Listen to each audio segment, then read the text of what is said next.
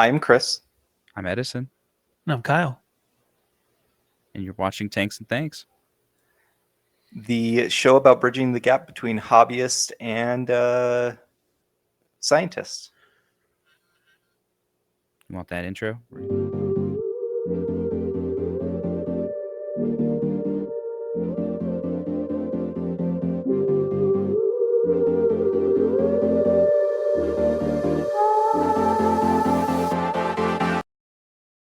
Perfect. We've been introduced. Woohoo. Kyle, what are we doing this week? Answering questions. Talking Usually. about stingrays getting pregnant by themselves. Or was it the shark? According to a lot of people, it's the shark, but there's no freaking way. These are the same people who don't understand genetics. So Yeah, it's someone who doesn't understand any genetics. Yeah. Well, yeah. The general news. We got to talk about what's going on and a handful of questions tonight. But we need to start with our flesh bag talk. That we're not AI. Even though you can put on a ring that like makes it look like you're AI because then you have like lots of fingers. You What are we up almost to were today? AI this morning. I mean, this afternoon. If I you was. would have stayed as Phil, you would have been totally AI. People I don't would want to have... distract anybody. Maybe one day Phil will show up. It'll be Oh, yeah. maybe he can show up just for like a little segment and talk about something. Yeah. Maybe something put a, like put a that. plug in for Aquascaping Guide or something. There you go. So what do you guys flesh bag talk? Who's going first? I can go first. Oh. I got Okay. a colony of Daphnia going now for my pea puffers, and I put some in there and discovered one of my little pea puffers has ADHD Relatable. because little homie couldn't like focus on a single Daphnia long enough to catch it. Just kept this one. He just kept like looking around like, oh, so much food. Nice. It's hysterical. But yeah, we It's got like a natural food source for him. yeah. I believe so because Daphnia are what you call cosmopolitan species, cosmopolitan distribution, which means that they're just found anywhere in the world where they could live. It's true. I know nothing about them, so I'm googling them now. Oh yeah, Yeah. they're like Copepods. copepods or whatever. Yeah, like copepods. But yeah, so now I got a little 5-gallon bucket going. I bought some spirulina to feed them because you can get spirulina for like shakes and stuff, but that's too healthy for me. Yeah, it's Just a little- algae powder. Just algae Yeah. powder. Yeah. It's a superfood, but like, why would I eat algae? That's my food's food, please. Yeah, I'm that's gonna my feed it to my food's food. food. I don't skip chains, right? They can eat that, and then I'll eat them. That's really funny. There was a study because in the United States, right, all of our chickens are kind of like bowling ball sized, right, because we fatten them up all the time. But in multiple other cultures throughout the world, it's not worthwhile fattening up chickens because you don't get a good amount of protein payoff for it. And so like chickens there, they absolutely hate them. But here we treat them like giant, bowling ball and overfeed them till they're fat and happy and stuff. Stuff them. Yeah. Stuff them. Stuff them once, stuff them twice, you know? Yep. What were you up to this week, Chris? So this week, a couple things. First, everybody could notice the new rescape behind me. I actually had an outbreak of fungus. Don't have any idea where it came from. Probably because you put root tabs in the tank. Oh yeah, totally. That's exactly why it happened. I still haven't done that, by the way, and my plants are definitely suffering for it. Sorry, don't cut you. We'll talk about it later. But outside of that, no. I mean, I've been totally fine. I'd like to shout out a happy birthday to my daughter who just turned 4. Oh, So fun. Yay. Happy birthday. we are in a full swing of getting ready for our birthday party, and I'm going to have too many people in my house tomorrow that I have no idea what to do with. And yeah, that's about it. And a large For- majority of them are probably going to be under the age of 5. Yes. I had an interview this week with the Southern Utah Wildlife Division about being an aquatic biologist, which was fun. And apparently, they are struggling hardcore with keeping aquarium fish out of the wild habitats in Utah, which I didn't think that was a huge issue. You know, like as a hobbyist, you know that it is an issue, right? Because there's people who are idiots everywhere. But to be such a widespread issue that they needed to do something about it was just flabbergasting to me. But What can you do? You just call them all out, try to. yeah, so I kind of asked them like what kind of things have they've attempted to do, and none of them would have affected the people that are actually dumping aquarium fish, right? So the people listening to this podcast, the people who are aquarium enthusiasts all the time, odds are they're not they know that they're not supposed to dump fish in local waterways, right? Yeah. And the way to fix that is getting the education out there to the people who don't know that. And it starts with educating people in the pet stores and that kind of stuff. But the issue is that while corporate stores are willing to work with most, like chain stores are willing to work with most wildlife divisions for state matters like that, mom and pop shops, it's just there's too many of them. How can you get to every single one of the mom and pop shops in a state when Idaho, that would make sense, right? You could do that. There's probably only like 12 family owned aquarium stores in Idaho, right? But for a place like Utah where you have the massive metropolis of Salt Lake City and southern Utah and St. George and all of those areas, it's kind of impossible to try to reach out to all of those people. So it's more just preventative. They're trying to just educate people. Don't do this. But I don't know. I feel like that's like the people who like dump dogs. Like they'll take them for the long drive. You know what I mean? And dump them somewhere. Like it's horrible. They know they're not supposed to be doing it. They just don't care. Like I don't give. Ooh, I almost said it. I don't give a F. I'm gonna drop them wherever. Like it's also like the people who drive in the left lane and park camp in like a 2-lane highway. Like at this, 50 something, at this point not to be champion in the left lane. I don't care. Well, man, that's interesting. I know too, sometimes they can mess up the ecosystem because you get something like, an angelfish and then a massive angelfish population in some area. And then they're just eating out all the natural fish that would, sustain the ecosystem. So, so under kind of the terms of what you would do as like an aquatic biologist, you would focus mostly obviously on sport fish, right? But sometimes they induct species that are not native because people want to fish for that fish, right? Yeah. But the issue is you can only take into account the population of the native fish and the non-native fish that you know about. The issue with you dumping illegal aquarium fish in is it throws off almost all of your metrics in the point where you're not getting the reproductive growth that you need. You're not getting the population booms that you need in order to sustain the native populations anymore. And you might be putting more fish in than you should be without knowing it, right? Especially with an invasive species. So, Anyway, there's a lot of implications when it comes to doing just game fish like hatcheries and game fish like, I guess, counting and accountability population stuff. But all in all, aquarium fish released into the wild sucks for everybody, not just the fish. Yeah, the ecosystem. Well, local ecosystem. I'm even about, because if I understand correctly, dead fish, you're not supposed to flush them. That too, because that'll screw up the sewer system and stuff. So I just throw them out in my backyard and let nature take its course. But give like them a bird burial. Will come and eat it. Just throw them out the window. Just a food source for something native. Not the window. Sure. I have a door. But here's the door. See your way out. The interview went well. Was the point? Yay, nay, Chris?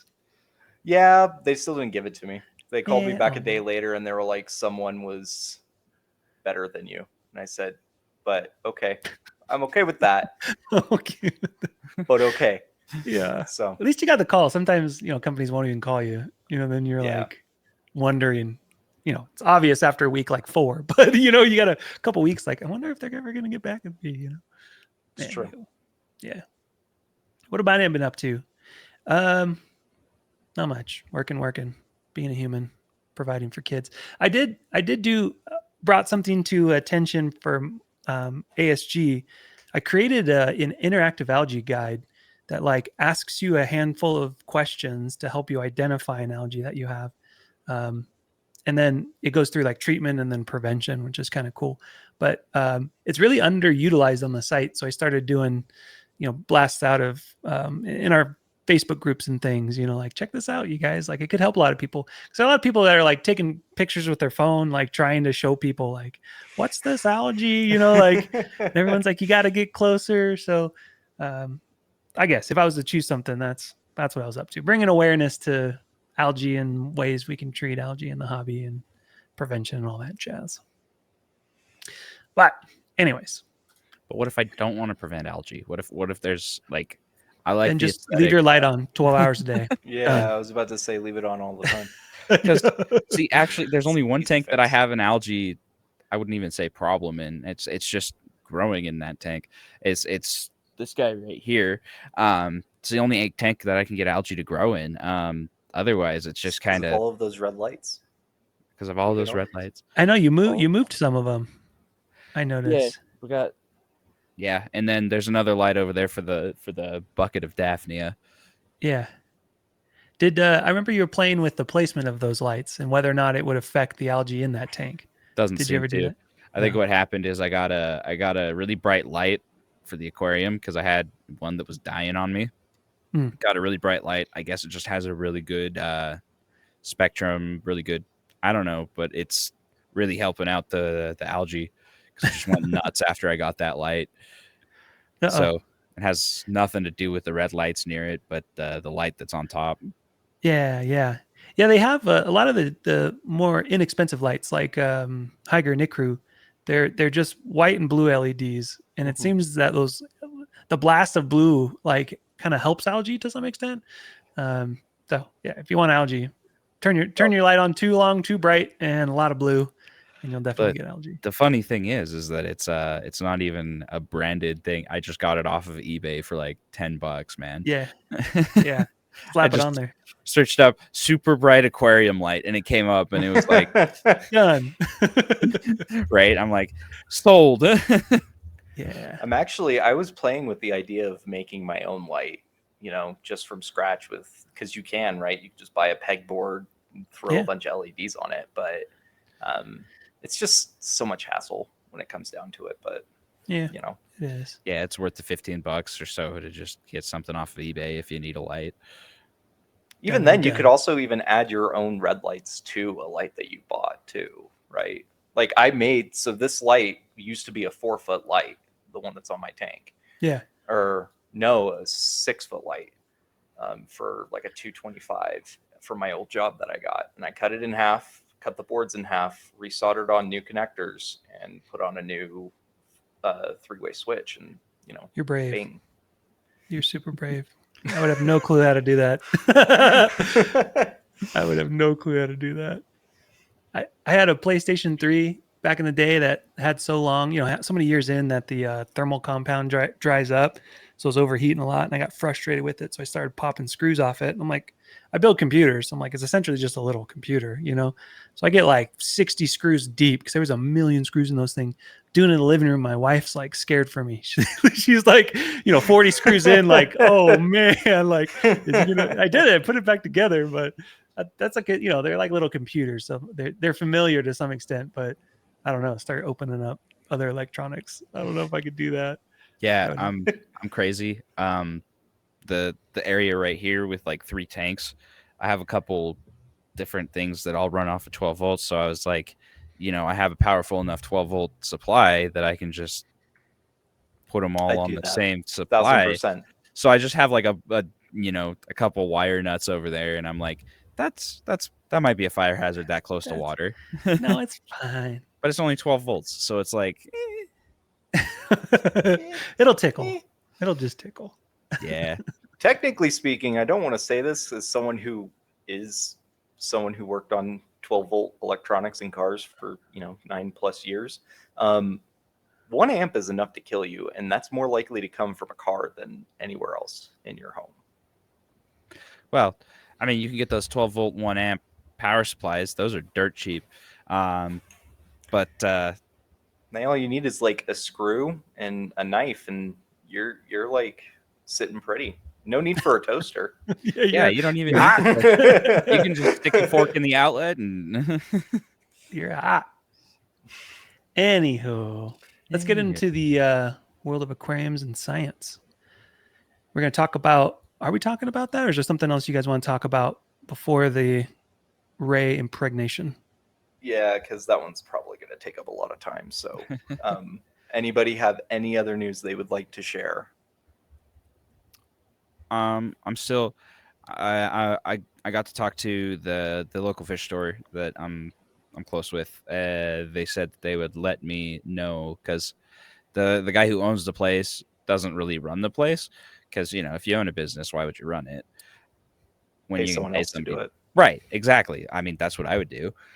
But anyway, so she was going to talk to the owner for me and see if I could get some B-roll footage and stuff there, and do like our little species highlights for those. Yeah, And my camera. we're still working on them. We're still working on them.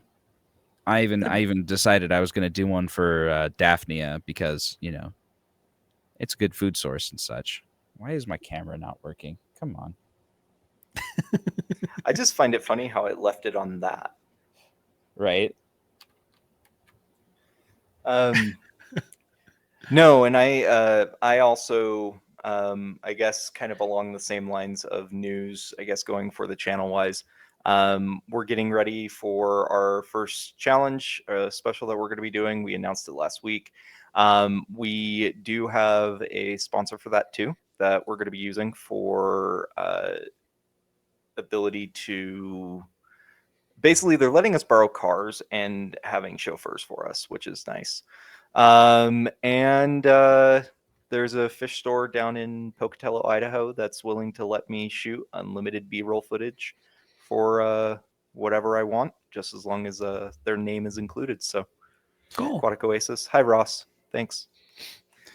And I was even telling my LFS, I was like, I could even like we could both post the videos, us and them, so that it's like I'm doing highlights on the species of fish in your store. Yeah, because I'd be more than happy awesome to do stuff for them, video wise, if they let me get some footage. Cross marketing a little bit. Yeah. Nice. You guys are gonna do like individual species videos on individual species and their needs and all that jazz?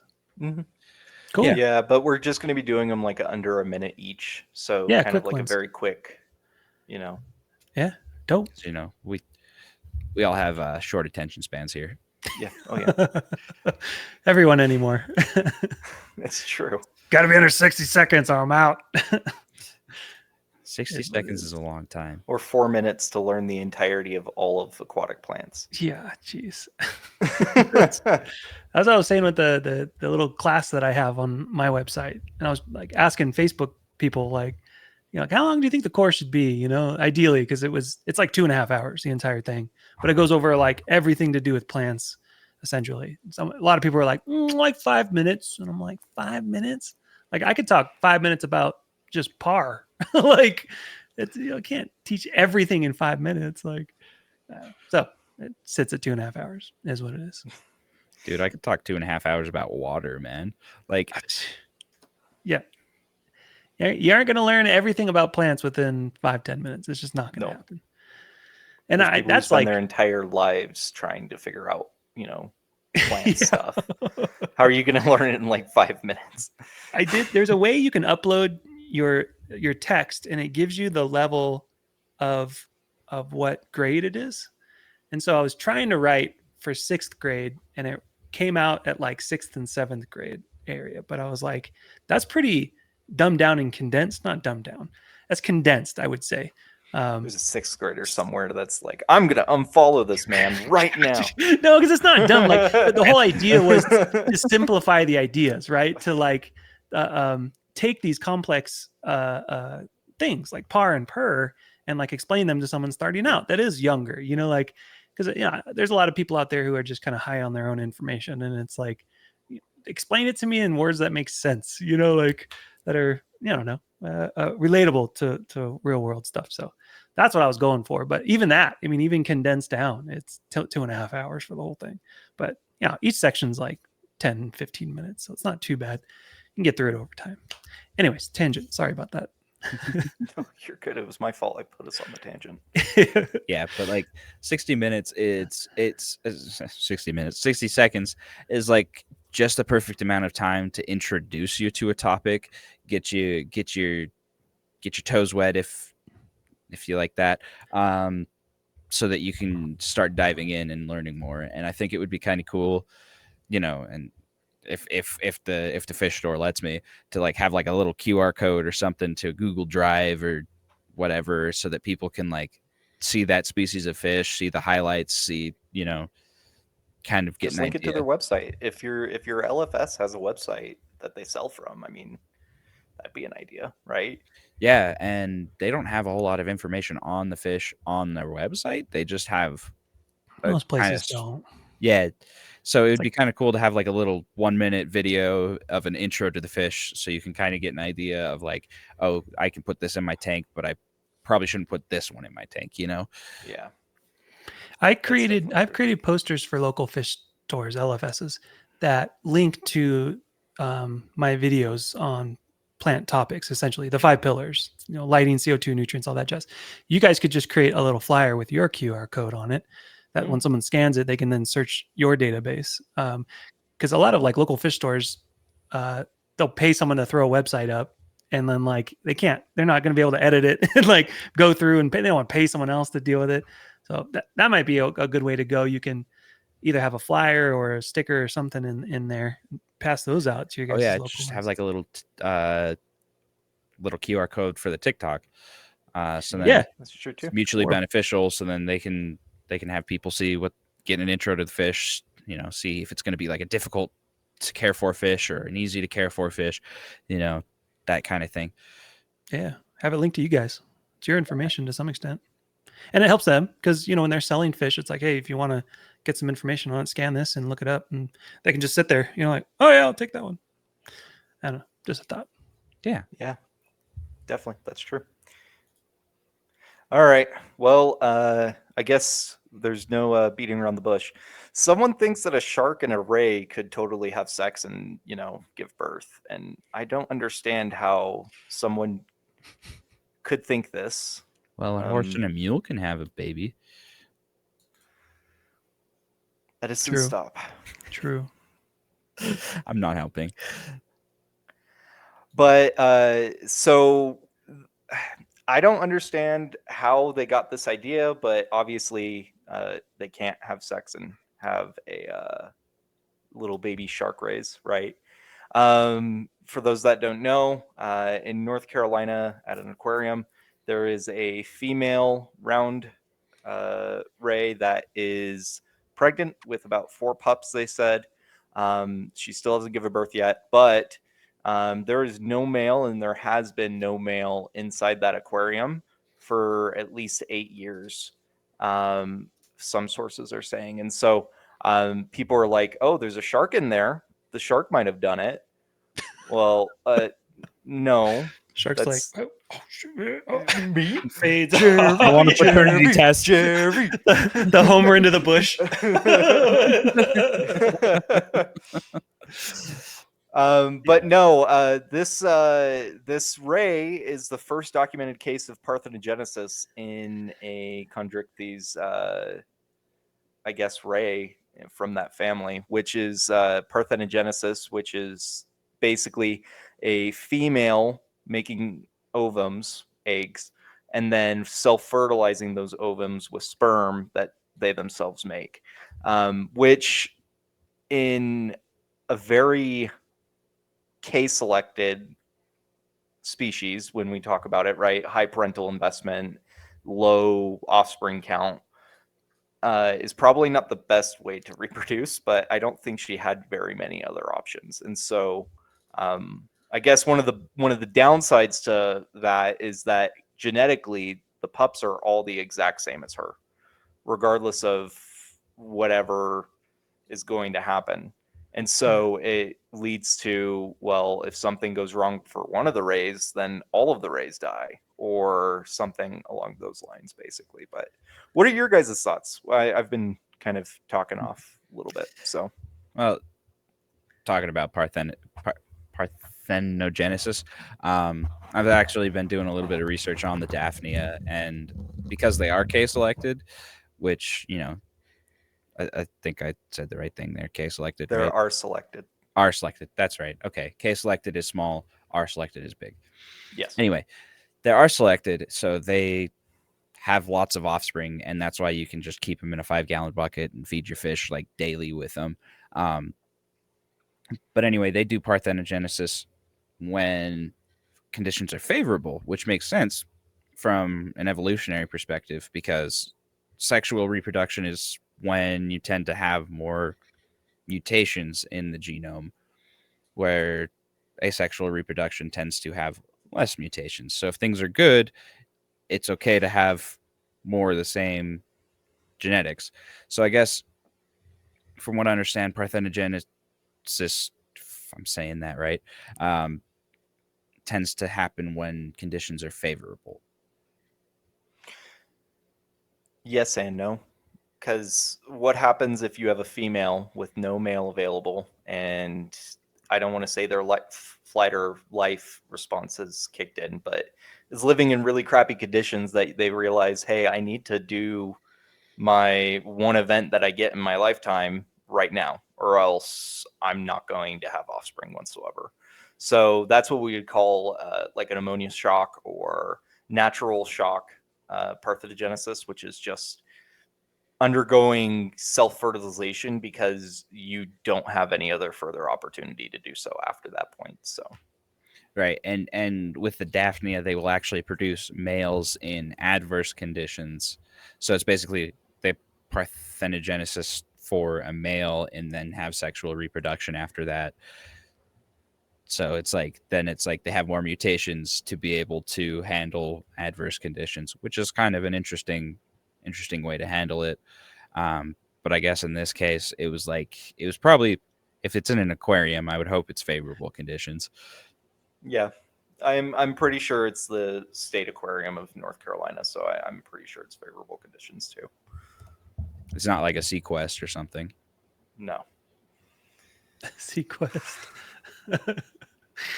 How does that work, though? How does that even? I can't even wrap my head around how that works. Like parthenogenesis, like yeah, the actual. It's okay. trippy. That's super trippy. I mean, I get what happens, but it's like how many species in the world can do this, and do we know of all of them? Like, that's true, and I'm pretty sure we don't know of all of them. I mean, obviously, there's a big headline of we just discovered one that's pretty much never been documented ever before. Yeah, but in most invertebrates, to be honest, undergo some form of self-fertilization, whether it be through androcity or parthenogenesis or simultaneous hermaphroditics or sex switching, those kinds of things. Most invertebrate species throughout the entire world go through things like that. That was what when I originally saw the headline, I just was like, immediately to the Jurassic Park, they will find a way. Nature will find a way. Like this poor fish, or the ray was, like you said, could have been realizing that it's never going to happen, or stressed or whatever, and then decides to pull the trigger and do what it needs to do to have babies. But it's interesting too, a note that you said that there's no blending of DNA. So I assume that to keep breed species healthy, you need lots of DNA mixed within it, so then you don't go down this rabbit hole of brother, sister, wives, all that weird stuff. But yeah, like the guppy problem. Yeah, where they're just the Alabama problem. Brother, sister, wife, cousins. Yeah. So yeah, getting that mix in there. But it's interesting that something could, even in favorable conditions, could trigger, Ray to just be like, well, better do it now or it's never going to happen, kind of thing. Like, it's trippy. It's crazy. Nature will find a way. I'm also kind of curious about how often do you think it would probably have happened in nature too, right? Because in nature, if rays are having favorable conditions, like let's say during crab migration season, right, where all of their food source is basically contained in one small little area that they could just snack on at all times. What if there's no males? They're just going to be like, okay, I guess we're just going to eat all of this food, and then all of a sudden, let's do it. Pop some babies out. Yeah. Trippy. But yeah, if this thing comes out with a shark with wings on it, you're going to be eating your words. I'm willing to stand behind the fact that that's probably not possible, seeing that evolution works the other way and not that way. We're going to hold your feet to the fire if you're wrong. Look, Okay, I'm even willing to bet. I haven't even looked it up. I probably should have before. I'm even willing to bet that sharks and rays have a different amount of chromosomes, which means it would not work. That two haploids coming together, the genes wouldn't line up for them to even have a That's viable definitely offspring. True too. I mean, yeah, if they weren't even the amount of chromosomes, they probably wouldn't all be the exact same length, because in genetic material, right, they all have to match up somehow to do crossing over. And yeah. Anyway, so we're all on the same page that a shark did not biff a ray. I'm on the fence. You're on the fence of it. Okay. I'm undecided. Okay. The thing I was confused about too is how someone came to this conclusion, right? Was it someone who just visited the aquarium, or like was it just someone at the aquarium that was like, yeah, this is what happened? No, this is a result of media sensationalization. Yeah. Everything.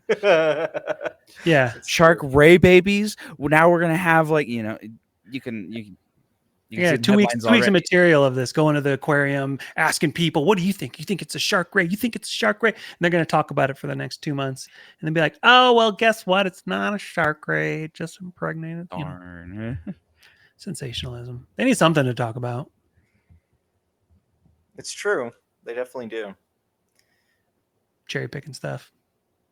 Mind you, it's not going to stop me from using Edison's as a thumbnail, or shark impregnating ray for the name of this podcast when it published. That's what you have to do. What's the is it gestational period of? Yeah. What is that for a ray? I wonder. Google Gadget. Google. Hang on. I'm assuming that it's around a year. Stingray. Google says 3 to 4 months. So mark your calendars, people. Well, how far along is she that they found? I thought she was like 3 weeks or 4 weeks along, but she's definitely showing. So the videos or the images that I was looking at her, she's like super puffy. She had a little baby bump. Oh yeah, that's cute. But they did an ultrasound, and they said that there's probably 4. So 1 to 6 pups. Yeah. That's crazy. Oh. See, now another source is saying that it's what you guys are talking about, where she impregnated herself. But USA Today said it could have been a shark. USA Today. Could have been a shark, and pigs could also fly. But I think they just found the ray in the Shark Tank one day. USA Today is owned by Fox News, isn't it? I'm not going to speak on any of it. I'm not touching that with a 10-foot pole, my friend. We will not get into that. Or at least I won't. That's for sure. This isn't a political show. This is about fish. I was just trying to figure out whether or not we're going to call it that, or we're going to call it like an act of God. It could have been an act of God. It was a miracle. Keep us on our toes. You know what I mean? Hey, maybe that's an example of a human doing parthenogenesis. What? No, Never mind. no. Are you we running are around not- impregnating rays, bro? You got something to tell us?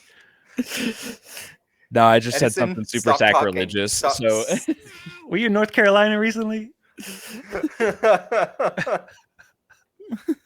Sir, what's that syringe in your hand? I saw a meme. I saw a meme the other day, and it was basically just like somebody said, "I'm too horny to keep an aquarium," and it's like, what? That's random. Yeah, it was just like this. It's like it's in the same vein as the one meme that's like, my hungry self could never be a surgeon. Because you'd be snacking and like cutting people and like Yeah. No explanation provided. That's the fun part. like the Seinfeld episode where he drops the thing in the. Oh, Oh yeah. There you go. oh yeah. All Man. right. I was gonna say I'm sad about your escape. Your Pleco's going nuts in the background. It's distracting me because he's cute, but it makes Oh, me I sad love for your him. escape. I know. He's So active. mad. He's so mad though because of the giant piece of driftwood that's now missing. I bet, man. It's Now like, I he's used to angrily sleep on that. cleaning the glass. I just see him sideways, like he's like, How dare you take away my he's up and food? down, but he's moving like horizontally. Like, I'm surprised you haven't seen my Siamese algae eater. He's going pretty insane right now too because of the missing driftwood. He has nowhere They're to hide. they're like little lawnmowers, man. I love Yeah. them. They're great for hair allergy issues. Oh, I love Siamese algae eaters, replanting. yeah. I love Yeah. replanting my tank when I take the plants that are floating and plant them a little bit and like tie them down. Then all the fish kind of get more brave because they have more little hiding spots down there. Yeah, they duke it out for their spaces. Yeah. It's my space. My Get space. out of the way. Yeah, but yeah, Siamese algae eaters love like BBA. Like Yeah. I lived in a house that had a water softener in it, and for some reason, water softened water it's horrible for tanks. You get a lot of algae, hair algae, specifically BBA. And it was growing on this piece of wood, and it was gorgeous. It got real long, and I was like, I'm just going to leave it. It's not really getting on any other plants. And then someone said randomly, just in general, get a Siamese algae eater because it's good for algae. I'm like, okay, so I dump one in, and I just see him like a lawnmower in like lines. I'm like, no, he's eating all the BBA. So I would never suggest relying on livestock to balance your tank out or deal with an algae issue, but they're good little partners to have in crime as you're trying to, get things cleaned up and do what you need to do. But Yeah. Yes, and not to be confused with Chinese algae eaters, which are very aggressive towards other fish. Very And- aggressive and can get twice as big. Yeah, and are missold a lot. So if you get a Siamese algae eater, SAE, make sure you don't get a Chinese algae eater instead. Google Get it. one with the stripe. Well, they look very similar. They look. Yeah, I they can't- do. They One almost of look them, like one of them is bronze colored, and then the other one is not bronze colored. Like that's Yeah. that's the difference. That's Get it. the And then when black they're baby one. babies, it's like hard to tell, Yeah. Well, if I'm not mistaken, Chinese algae eaters aren't they closer related to the Oh no, I'm thinking of something else. There's like a Gara that looks kind of like the SAE. Yeah, but Garas are related to more like sculpin and that kind of stuff. And Chinese algae eaters and Siamese algae eaters are cyprinids, so they're related to goldfish and danios. Right. Okay, so they have the same kind of mouth structure. Yeah. Whereas like because there was a Reddit post trying like, hey, what's this fish? And somebody was like, it looks like a Siamese algae eater. I'm like, that has like a Gara mouth. Yeah. And Gara and Sculpin have palatine teeth, and so they have a second set of teeth underneath on their upper lip, so they could scrape things off with. And so you can actually tell while you're watching them eat how wide they open up their mouth and how much of the top of their mouth is exposed, basically. So, interesting. but Interesting. anyhow, Are we moving on from this topic? Yes. yes. In general, we would like to collect questions from everyone watching. Chris or Edison, what is the best way to get us a question?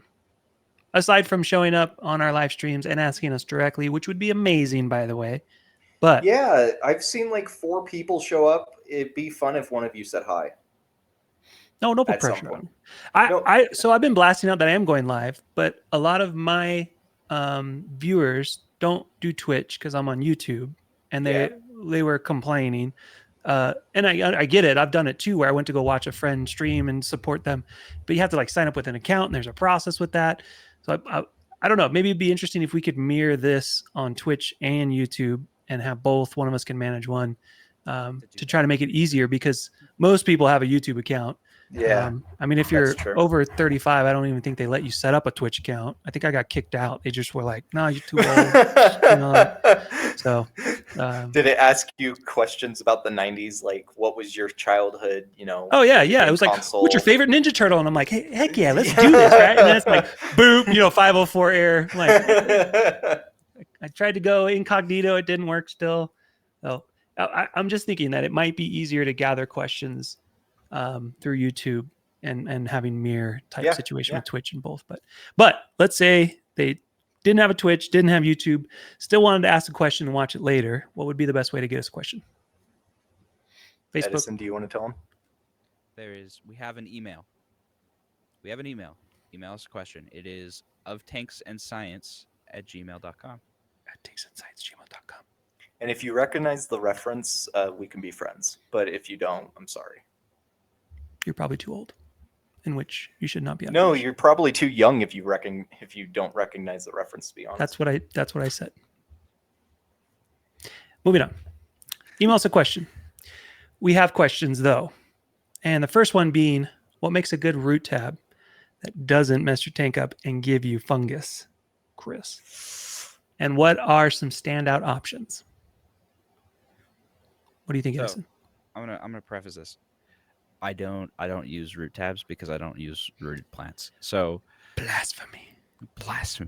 How dare you? No. This is a good point you're making. So say it again. You don't have stem plants, so you don't use root tabs. Yes, I don't have rooted plants. I don't have root feeders. I have hornwort. I have duckweed. I have things that feed from the water column. Therefore, root tabs are unnecessary and would probably just pollute my water. But if I were to set up a tank and plan for rooted plants, I would probably actually just do a dirted tank. Dirt tends to have a lot of good nutrients for plants because plants have evolved to live in dirt. What kind of dirt though? What like, are you gonna go out to New Mexico and just yank a whole bunch of sand from like a desert or somewhere? No. Edison. No. Dirt. I want to get it from my front yard. Dirt's dirt. Dirt's dirt. Well, from your front yard, that's actually probably really good dirt. Just saying. But yeah. Just dig under the grass and put some dirt in there, and then put a little bit of gravel on top of it to keep the dirt down, and then just plant away. So valid point. If you are not running root feeders, there isn't much sense of having nutrients in the substrate to some degree. It will not leach into the water column so long as you have a substrate that is fine enough to prevent leaching. If you put root tabs in gravel, you're probably going to have a bad time. You know what I mean? You don't have a lot of algae. Yeah, you're going to leach out. So this goes to essentially the design of your aquarium. We talked a little bit about it last week too, where you can design an aquarium to not need root tabs, but we get this. They call it feature creep in the video game industry, where you buy one plant, I want another, then you're kind of like getting out of your design. And then it's like, oh shoot, this is dying. Well, you doing root tabs? No, put root tabs in your gravel, then you start getting algae, and you're like, so it's important to design your system as a whole. And if you can't do it because you're ignorant, just due to education, then find someone that can help you design and stay within your design to some extent. But let's say you are running an inert substrate like sand, which isn't great to do, and you have a root feeder, you would want to run root tabs. There's a few brands I like. Thrive has caps, and they're cheap. They have a whole bottle of them. It's like 50 for like $6 or something. Yeah. Those are great. They're packed with nutrients. Flourish. I use Flourish tabs for over a good part of a decade. I use They're- them too personally. Those are my go-to. Seachem makes some Staple. pretty good root tabs. Yeah, they're a little more pricey, but a staple in the hobby for sure. Yeah. Tropica also sells some. We sell some on our site. They're a little pricier, so I wouldn't compare one versus the other. Like I sell Tropica, but I'm not gonna be like buy Tropica. Like Thrive is just cheap, really cheap for the money. What I would suggest is to not make your own, because you can buy gel caps on eBay, Amazon. You can buy Osmocote Plus, which is like a slow release, and like Yeah. make some yourself. However, the downside is the little balls don't dissolve. So then if you're doing this over time, you just get, and they're pretty large, yellow balls all in your substrate. Like, and you got to pull them out because they're with a dark substrate, they'll stand out hardcore. My 2 cents, and I'm sticking to it. What about making your own in the sense of like, and I guess this is going into the next question, right? Because the next question was, I jumped ahead. Sorry. it's okay. But next question, I mean, it's whether or not you can make your own and how hard could it be, basically. What about the types that are just compacted, like people taking compacted nutrients, super compacting them with coconut like fibers and making their own root tabs, basically. So that way, it's not Austencote based, which means that the balls are not in the picture whatsoever. Yeah. But it does provides grounding as well as nutrients immediately for release. What are kind of some of the disadvantages of making your own kind of on that spectrum of it? Because we all know that Austencotes you can make them pretty easily, but I saw some guys selling them online for like really expensive, and they got called out. Everyone's like, "It's just Osmocote, bro. Chill out." Yeah. That is interesting because the Seachem tabs, Flourish tabs, I think is what they're specifically called, are like a material, like an interesting material that seems pressed. I don't know how you could. I mean, I make my own fertilizer, liquid fertilizer, and you could take that to some extent and mix it with something that would be more of a binding agent and squish it together. I mean, I've seen those where how they actually make pills, and you have those giant hydraulic presses, so you got to have some energy behind that to keep it intact. But I don't know. Have you heard of people pushing coconut husk or whatever together, like coconut meat with? I just see them for sale on eBay, right? So I have no idea. Yeah. So if you look up root tabs on eBay, you'll see the two types that are most common, right? You'll see the Austencote jewel capsules, or you'll see these kind of square cubed, like almost looks like professional root tab. Yeah, there's an Osmocote one. Yeah, this one looks like a little cylinder of some sort. Yeah, I wonder what the binding agent is. That's interesting. A lot of people use chalk, which, I mean, if you're going for a harder water tank, or if you have hard water, it's not like it's going to affect that much. But is chalk just all like calcite? It's calcium carbonate, yeah. Calcium carbonate. It's small enough, Which probably, where it wouldn't be messing with stuff. Well, calcium carbonate isn't very water soluble anyway.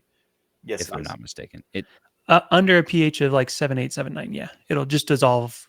It is quickly. The most soluble, at least in our current day and age. It is the most soluble compound in our oceans. What was I thinking of? There's a calcium compound that's not very soluble. Anyway, I don't know what I'm thinking of. I just work here, bro. Sorry. I think we need our own branded root tabs. Yeah, I mean, I'd be down for that, right? To do the research and development into our own root tabs. How hard could it be? I literally have all. How hard could it be? How hard could it be? I have all the compounds that we need. I ship them all over the States anyways. If we find some sort of binding agent, we can do it. I think it'd be cool. And then maybe we can do a video on how to do it at home. Like, you really would just need some way to get it to bind together. And outside of that, you're just pouring. We can do powders. it like a 1880s old-fashioned stamping coins. Stand back with a sledgehammer, whack it. Or the SoCal way with the tortilla press and be like, mira, root tabs are very small. They're thin. Yeah, we could get some, dude. We could make some. But yeah, it's interesting. I've never seen that on eBay. I've just seen the Osmocote kind of looking ones. Yeah. Which is trippy, but not suggested. Not Speaking of suggested. products we're thinking of developing. I've been cooking up something. I need to actually like sit down and think it through. But those filters I have with the K1 media, I've been thinking of doing like a hang on back style one. Making your own? Yeah, making some sort of hang on back style. Cool. I've been product searching for a mini canister filter. There's one that is produced by a company called True, but it's like $120, and they're out of Hong Kong. So if you have any issues getting it back to them, what? How many you talking? So it'd be anywhere from 2 to 10 gallons because of flow, because you want so much flow out of it to the point where you can be pulling stuff out of the tank. Yeah. I have 'cause a if you make it here. too Let small, me it's not see if gonna I can worth it. take this with me. I have Oh, we're gonna go. Whoa. We are going. Whoa. So This we have a little. I don't know if you can see that over there. On the right, in the middle. in the middle. There's Barely. yeah. So let me move my microphone. I think what we're gonna have to do, Edison, is a video about these things.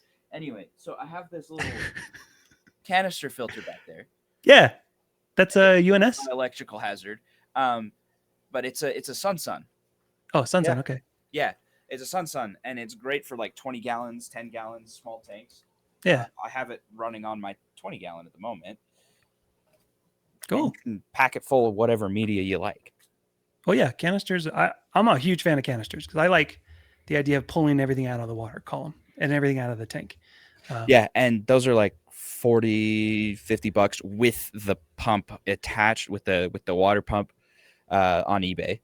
Yeah. Yeah, and those ones are pretty cheap. I've used my canister on this tank. I've used, and it's a Sun, but it's the bigger one, the one that has the UV sterilizer in it. Yeah. And I've had it now for 4 years. I've had it on my 90-gallon and this one, and it works beautifully. Surprisingly, right? There's a lot of people that that's like a $65 canister filter. It's probably going to break in like 5 months. And don't get me wrong, there are some issues, right? Sometimes I need to reprime it every so often, and sometimes I need to, make sure I clean it out a lot more thoroughly than I am. But for the most part, it's worked fantastic. Yeah. Yeah, I've got a Sun under the big tank that I'm using too. It's one of the big ones with the UV sterilizer on it, and it's great. You don't need to spend a whole lot on a canister filter. I didn't even spend $100 on that thing. It's got a UV sterilizer. It's doing great, putting out a lot of water. So a mini canister filter, what do you just want low flow, or are you just? It's the same. I suggest the same flow in all tanks. It's 10 times turnover your tank's volume in 1 hour. And it's a lot of companies will fudge those numbers to some extent, or, they take the pump's capacity and not after you put it on a canister, pack it with a ton of media in it. It like drops to half of what it was before.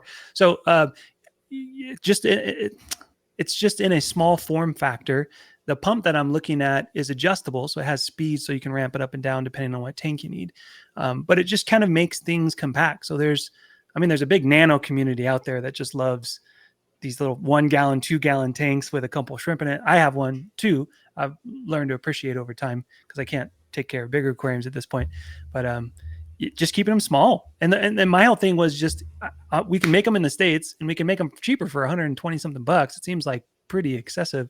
So trying to get them down to like $70, $80 max with a heater built into it as well. And all kind that of would be awesome. I mean, that's freaking amazing. If you could have a heater built into your canister and have it just all in one go, that's freaking amazing. And it would be run off of USB. So 5 volt is it or 12 volt? 5 volt. 5 volt. So yeah, like you'd probably want to do like 2 amp or something like that. But, or you could just go with USB-C or something. Well, yeah. But... yeah. Like my little nano's in my kitchen, and it's small. It's like 7 inches cubed, the tank itself, and then I have 2 outlets on either side that have USB on them as well. So the filter itself takes one of the USBs. The heater takes another. So I was trying to find ways to get those 2, and maybe you guys could help me with it as well. Get those 2 wires into one wire and then plugged in.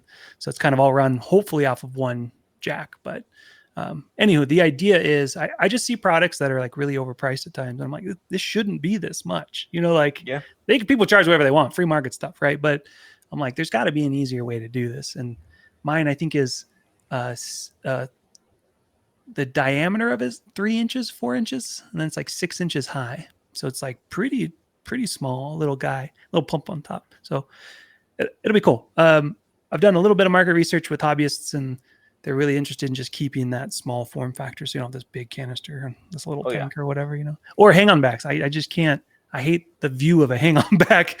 The thing's generally the size of the nano tank. Yeah. Yes. Anyways, canister rants, but big fan of canisters. That's for sure. Oh yeah.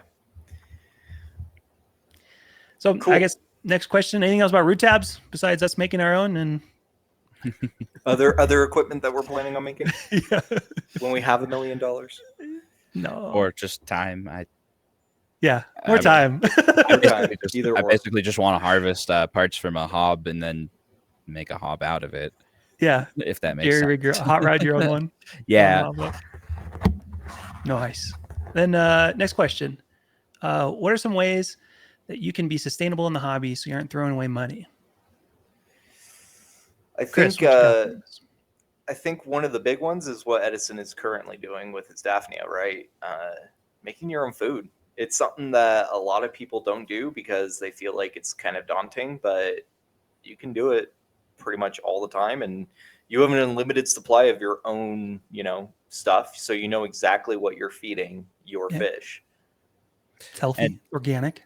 I recommend buying from reputable sellers, but on eBay, that's where I got my Daphnia. I got like 1,000 plus of them for like $60 to start my culture, so I could feed them the day that I got them. But I could also like start a culture. You don't have to feed the spirulina if you don't want to, because I got some spirulina to kind of like gut load them for my fish. Because that's what you do with crickets for like Yeah. your dragons and stuff. But anyway, it's probably not gut loading for these guys. I don't know what you would call it. Anyway, but you can feed them spirulina, or you can just feed them yeast. Yeast is cheap. Yeast is shelf stable, and you can just feed them yeast. It's not like this huge thing. Daphnia are just really easy to take care of, and brine shrimp. Brine shrimp is really easy to get a hold of too. You can just get like a big tub of eggs and just hatch them for your fish. Yeah. I've heard of other hobbyists doing brine shrimp. I've got a buddy who's doing his own brine shrimp. He says it stinks though. Does yours stink? The one you were culturing? So the ones that I've kept, no, but it also Maybe he's depends doing it too, wrong. right? Well, okay, so like if you use the exact same hatchery every single time, you're gonna have kind of that melty plastic kind of smell because the plastic is starting to gray and that kind of stuff. But brine shrimp have always been a really good go-to, especially for a lot of fish. But I mean, for baby fish, right?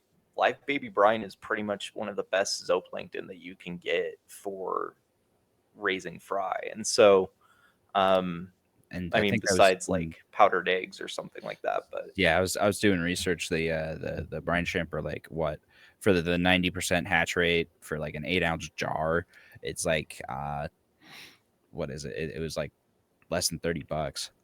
yeah, I think it was like $12-15 for 8 ounces of eggs, and that's enough to feed your aquarium for almost a year, basically. Wow.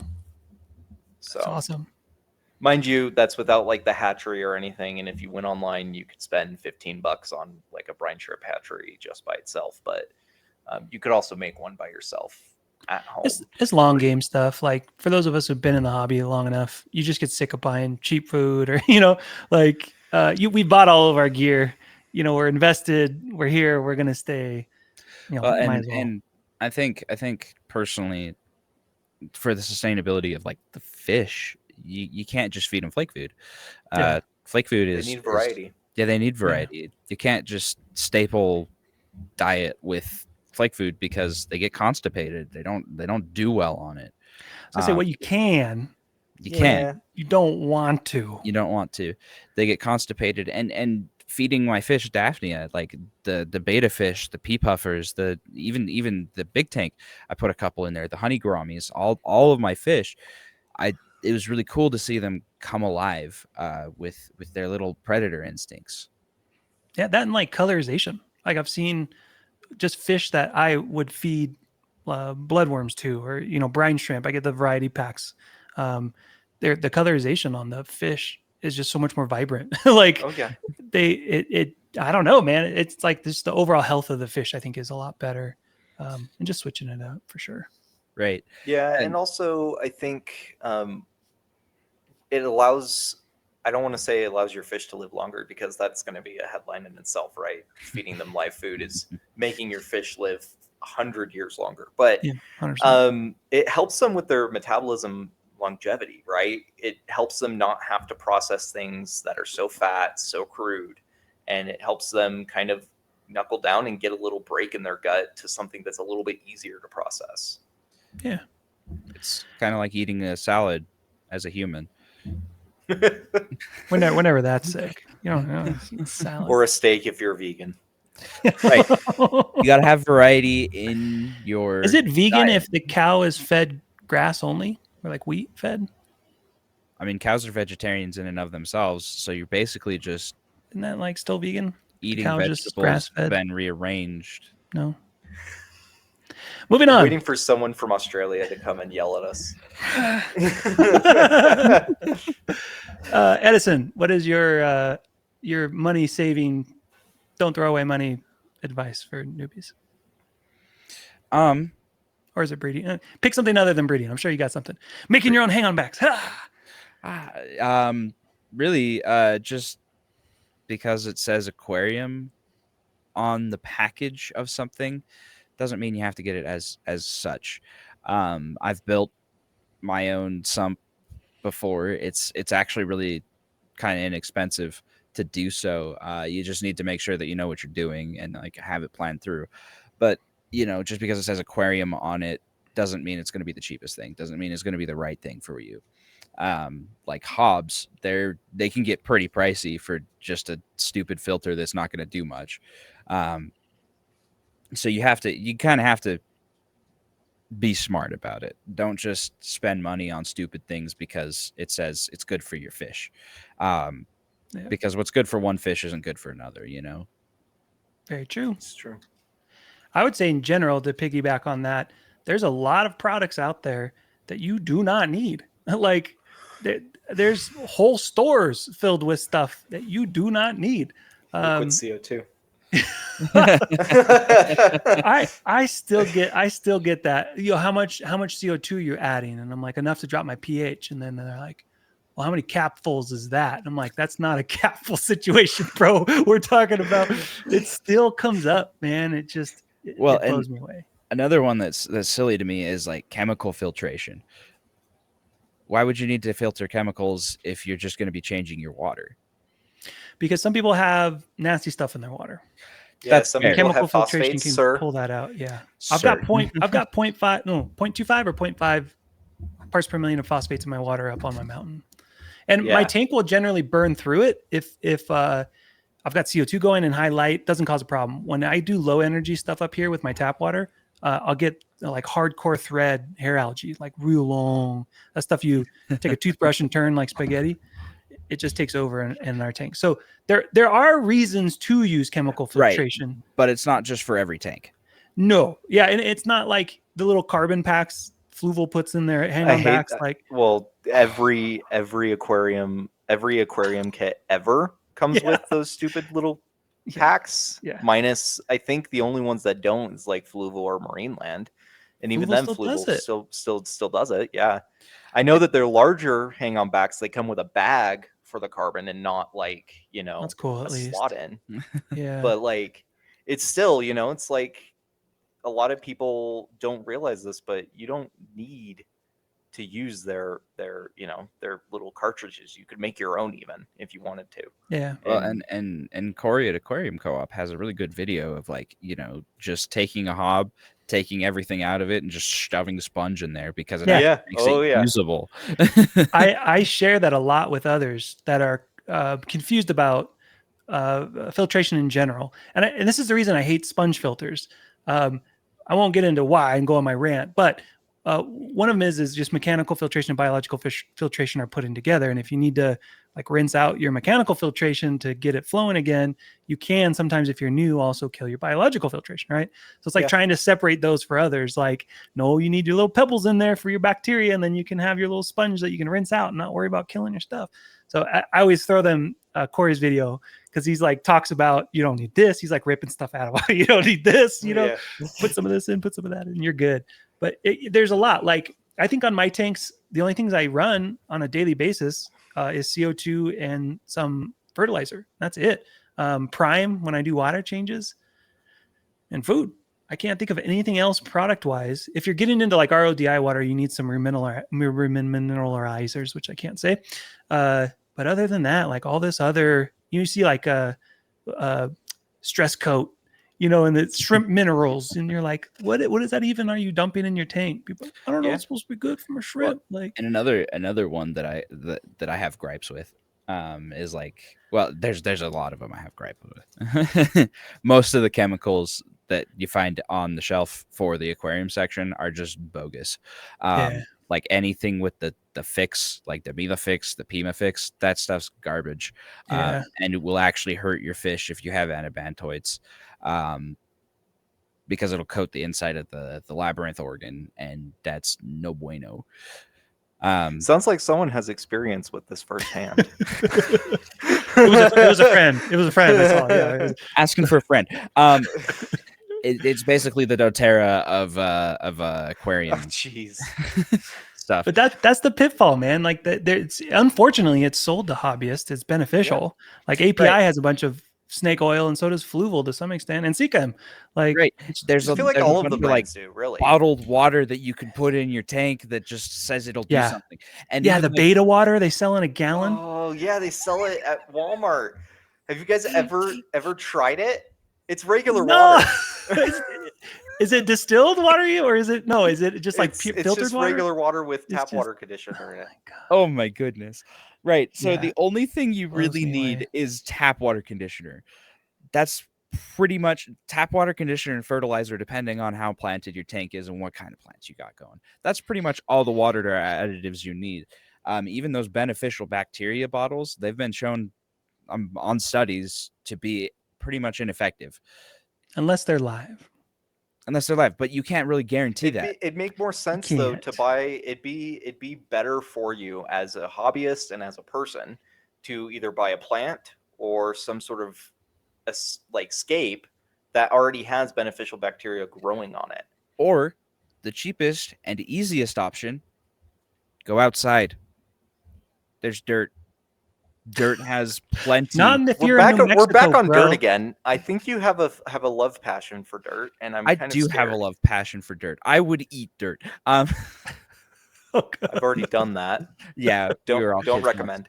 But dirt, even just getting something that is from your local fish store. Like my one had little bags of the pre-cycled ceramic rings.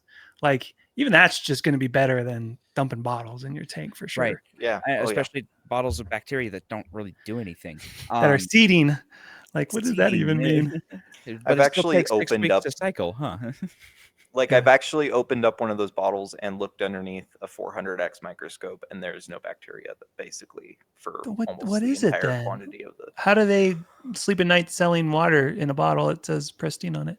Or whatever, stability. Yeah, I think honestly that's why they have Shake Well on it, because the bacteria sinks, and I think because it's specifically there's no light in those bottles, and so I think the bacteria is dead, and so it's just I don't know. It's snake oil, people. You don't Right. need it. You don't need any of it.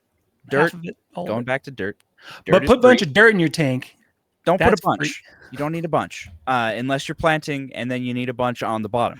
But you don't need a bunch. You just need like a handful. Not even. Get a handful, drop it in your filter.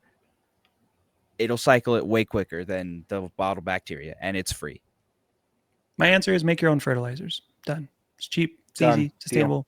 Yep. It's like $1.50 for 100 milliliters of fertilizer. Done. Yeah, I'm gonna need that recipe from you, and make sure that we go through the NSA so that way they see how you make your own fert. The EPA. Well, who's it? Who's it that regulates that? There's someone that regulates that. Department of Ag, USDA. USDA. Yeah, there you go. I mean, I don't make my own fertilizer. Yeah. Moving on. So this one actually got asked to me today, and I throw it on because it looked like we had a little more time. What is the best way to treat fin rot? One of you guys answered that today, and I appreciate you doing so because I get a lot of people that reach out, and I preface, I'm a plant guy. I'm not a fish guy. I see fish that are unhealthy, and I freak out, and I just start asking other people because I have no clue. But one of you answered me, and if you'll go over that for me for the viewers. Yeah. So I was the one who answered you. Now Yeah, that you 'cause I was actually at know work. that who you're talking to. After tonight, Yeah. Fun fact: he's horrible at adding names into his phone. But We still love him. yeah, we still love him. It's fine. But methylene blue is probably one of the most common forms of vertebrate, and I say this very generously, vertebrate fin rot or mostly fungal infection fixes. It does not do everything because, if it did everything, we would just all use it. Personally, they sell it at Walmart, and it's like $7 for a bottle. It's made by Rapid Cure. It's about yay big. But you can also buy methylene blue just wholesale, very large bottles of it. Keeping Fish Simple out in Australia, he has a large, he keeps giant, pond-sized bottles of methylene blue. I guess the only downside is it doesn't work for most invertebrates. It's easier on invertebrates to handle. And if you're in the freshwater business, I would recommend definitely using some aquarium like Epsom salt or regular salt on top of it. So that way you're not overdosing methylene blue and also, ruining your invertebrates. But for the most part, it does a lot of things. First, it restabilizes the hydromineral balance in a lot of swim bladders for every fish, basically. And so what it does is it forces the fish to not have a very stressed out, high metabolistic rate for their swim bladder. So they actually have an opportunity to kind of fight off infections instead of working twice as hard to fight off that infection. interesting. And then secondly, that's kind of the main way that it works, right? Is it affects their swim bladders. And secondly, it basically parasites latch on to the methylene blue itself, and not parasites.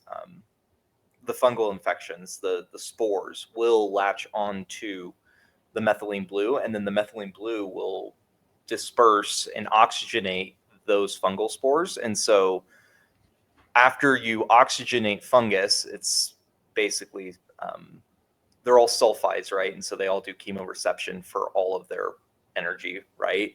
After you oxygenate them, it causes them to die. And so it's kind of, that's why I think of it as kind of like a two-part, fix. It helps out not only the fish be able to fight the infection better, but it also helps the thing causing the infection to start dissipating. So, well, Powerful stuff. and fin rot can be caused by a couple things. Sometimes a fish just gets a little rip in their fin, like a betta fish with big fancy fins. Sometimes they just get a rip in their fin.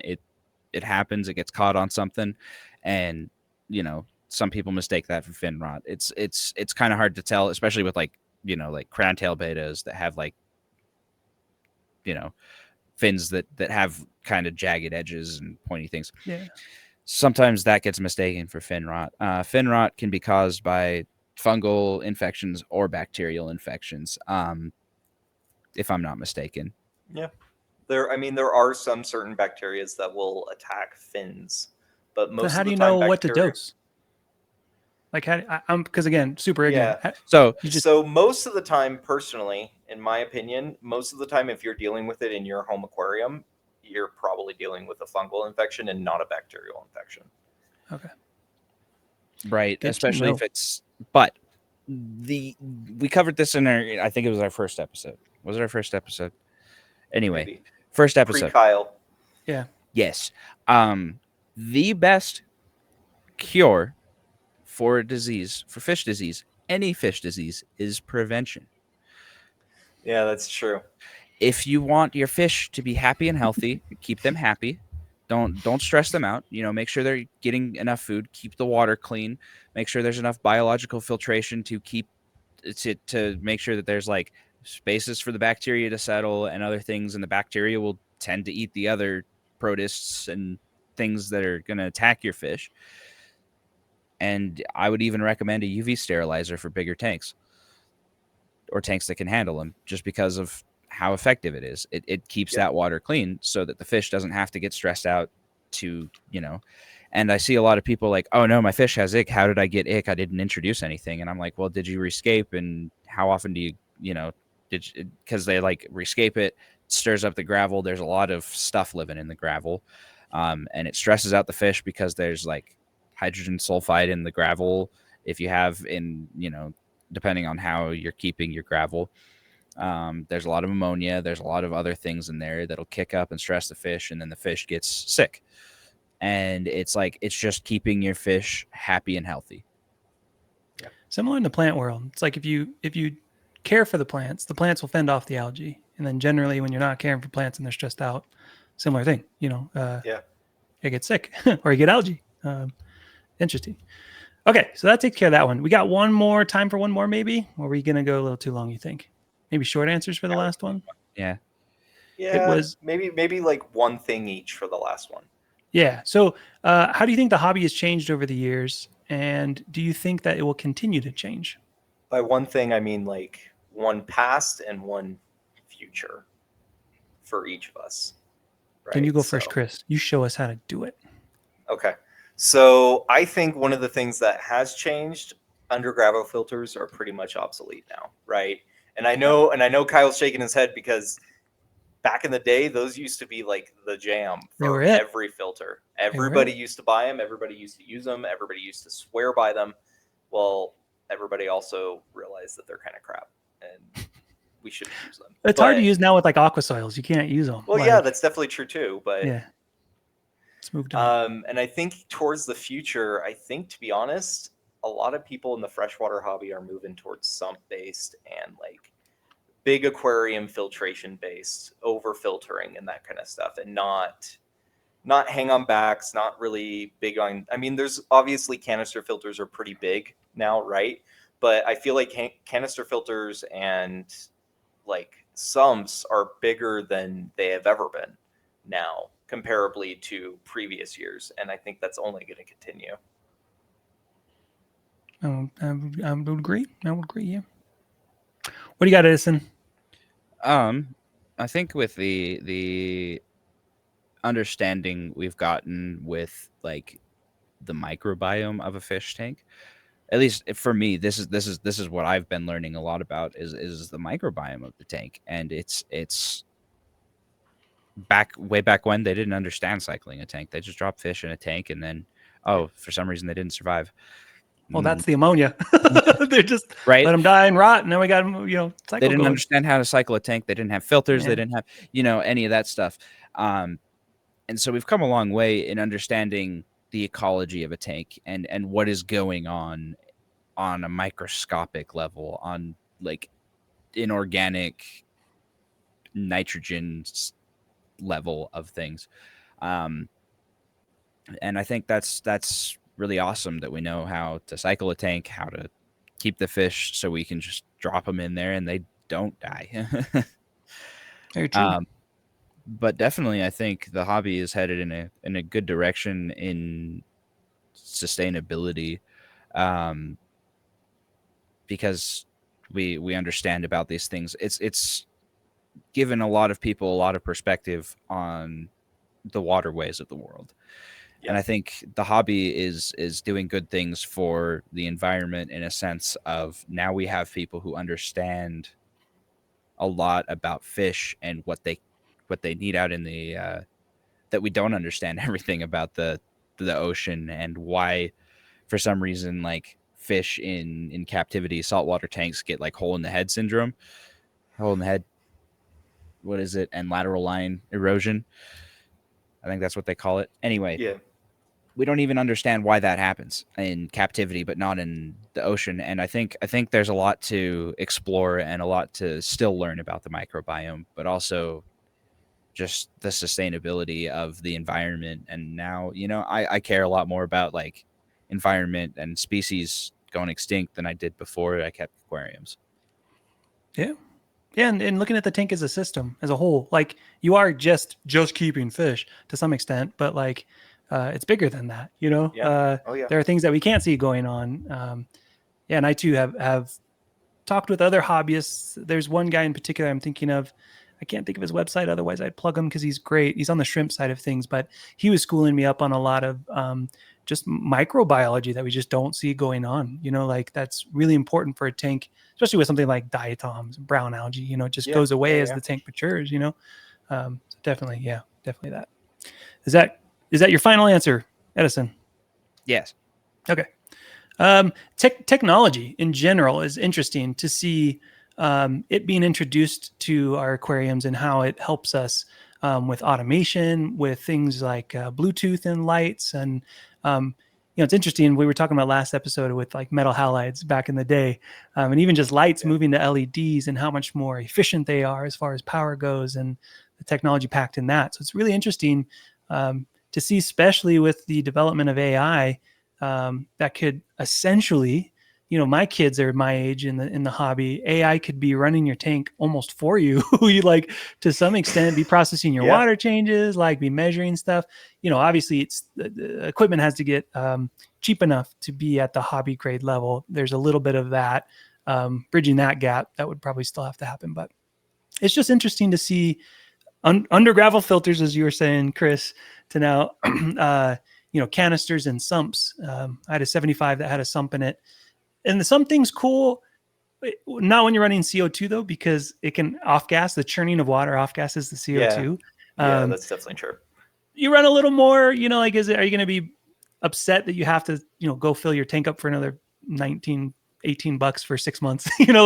Not the end of the world. It might have lasted you a little longer, but it's just interesting to see, the changes in technology and how that impacts the aquarium hobby, like not even on purpose, like with LEDs, like LED TVs and everything to do with LEDs, and then it just opens itself up into the hobby, which is kind of cool. So that's my answer, and I'm sticking to it. Cool. And I think that's pretty much all the time we have for today. We skipped our big discussion, and that was technically it. So I don't know whether or not we're going to keep doing the big discussion after this. I think honestly, I'm just going to merge it all into the like 4 questions or whatever that we do. I'm still debating it, but it seems like we don't ever have a problem with time. There's enough to talk about in the hobby, like we talk about a bunch of little things or a couple big things, Yeah, that's definitely true. Yeah. Outside of that though, please keep an eye out for our new stuff that's coming out. And I'm Chris. I'm Edison. I'm Kyle. And thanks for watching Tanks and Thanks.